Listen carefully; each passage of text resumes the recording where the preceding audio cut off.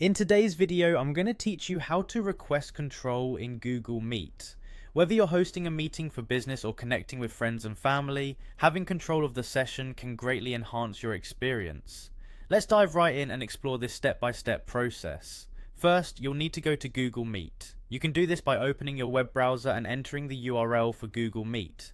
If you're already logged into your Google account, this will be quick and seamless. Once you're on the Google Meet homepage, the next step is to start your meeting. To initiate a new meeting, look for the New Meeting button. Clicking this will present you with several options, and for our purposes today, we want to select the option that allows us to start an instant meeting. Choosing this will create a session right away, and it's an incredibly convenient feature when you need to set up a quick meeting or coordinate with teammates on the fly. After you've started your instant meeting, your meeting room will appear. Here's where you'll find many of your essential controls visible on the screen. To proceed further, you need to access the host controls. These controls are vital as they give you the authority to oversee participants' interactions and manage the entire meeting environment. Look for the controls panel, which typically has a range of options for managing the session. By clicking on host controls, you unlock the ability to regulate who can present, mute participants, and manage other interactive elements of the meeting. This step is key because it allows hosts to ensure a smooth and orderly meeting.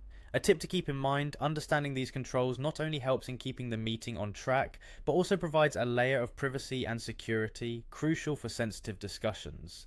Now, getting familiar with these host privileges will surely enhance your confidence during meetings. As you navigate through these settings, you'll find that the interface is quite user-friendly, designed to make your online collaboration as glitch-free as possible. Remember, practicing with these controls in a non-critical setting can help ease any tension you might have about using them during real meetings.